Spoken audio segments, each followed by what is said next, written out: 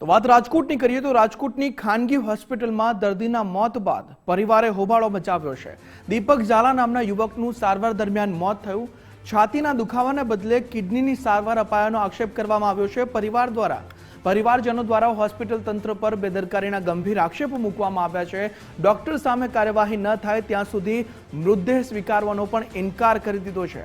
પરિવારજનો દ્વારા હોસ્પિટલ બહાર ધરણા કરવાની ચીમકી ઉચ્ચારવામાં આવી છે। પરિવાર અત્યારે ઉગ્ર બની ગયો છે, મૃતદેહ સ્વીકારવાની ના પાડી રહ્યો છે। દીપક ઝાલા નામના યુવકનું મોત થયું હતું।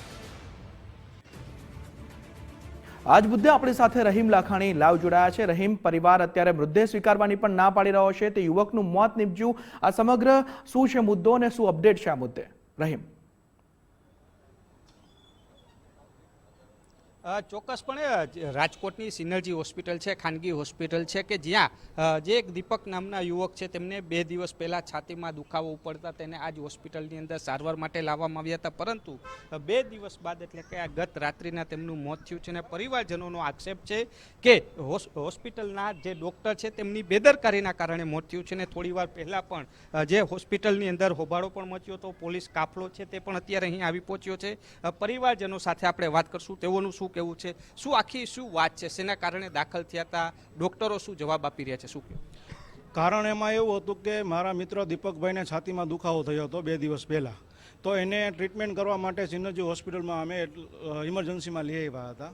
તો આ લોકોએ હાર્ટની સારવાર કરવાની જગ્યાએ 3 દિવસ કિડનીની સારવાર કરી રાખી અને છેલ્લે સવારે 5 વાગે એવું કીધું કે તમારા મિત્ર જે છે એ મૃત્યુભયમાં છે અને તમે એની ડેડ બોડી લઈ જઈ શકો છો।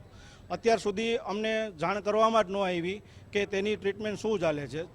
2 દિવસથી દીપક એવું કહેતો કે સાહેબ મને છાતીમાં દુખે છે, છાતીમાં દુખે છે, પણ કોઈ જાતની છાતીની ટ્રીટમેન્ટ કરવામાં આવી નથી।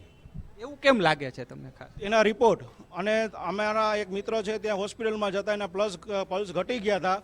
ડૉક્ટરને જાણ કરી કે એના પલ્સ ઘટી ગયા છે, તોય ડૉક્ટર કોઈ ધ્યાન દીધું નહીં। એ કે કંઈ ભાઈ સૂતો છે એટલે એના પલ્સ ઘટી ગયા હોય, બાકી એના પલ્સ સરખા આવવા માંડશે। 2 કલાક પછી તેને મૃત્યુ જાહેર કરવામાં આવ્યું। હવે શું માંગ શું રહેવાની? માંગ એક જ છે કે અમને ન્યાય મળે। તે એના મમ્મી પપ્પાને એકનો એક દીકરો છે 41 વર્ષનો, જેનો આધાર સ્તંભ દીપક ઝાલા એક જ હતો। અત્યારે એનો આધાર સ્તંભ આખો છીનવાઈ ગયો છે, તો અમારી એક જ વસ્તુ છે કે એને ન્યાય મળે। ન્યાય માટે યોગ્ય વળતર કે જે કાંઈ હોય, જે કાંઈ ગવર્મેન્ટ કે જે કાંઈ થતું હોય એ પ્રમાણે કરે।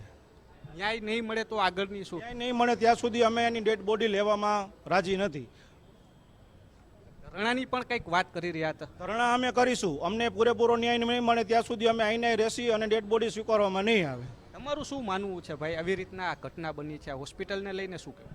આ હોસ્પિટલની કાયદેસરની બેદરકારી કહેવાય કે જે વ્યક્તિને જે વસ્તુ થતી હોય તેની સારવાર ન થાય અને એ ઉપરાંત એને જો બીજી સારવાર આપવામાં આવે તો તે માન્યમાં ન આવે એમ। અને આ હોસ્પિટલની કાયદેસરની બેદરકારી કહેવાય કે તે આવું દેખાડી અને બીજી વસ્તુની ટ્રીટમેન્ટ આપે છે એમ। પરિવારજનો આક્ષેપ કરી રહ્યા છે કે જેની સારવાર આપવાની હતી તે નથી આપવામાં આવી। શું કહો છો, શું કેવું છે? અમારું તો એટલું જ કેવું છે કે સીસીટીવી ફૂટેજ આપવી જોઈએ લોકો, અને સીસીટીવી ફૂટેજ આપતા નથી, બરોબર।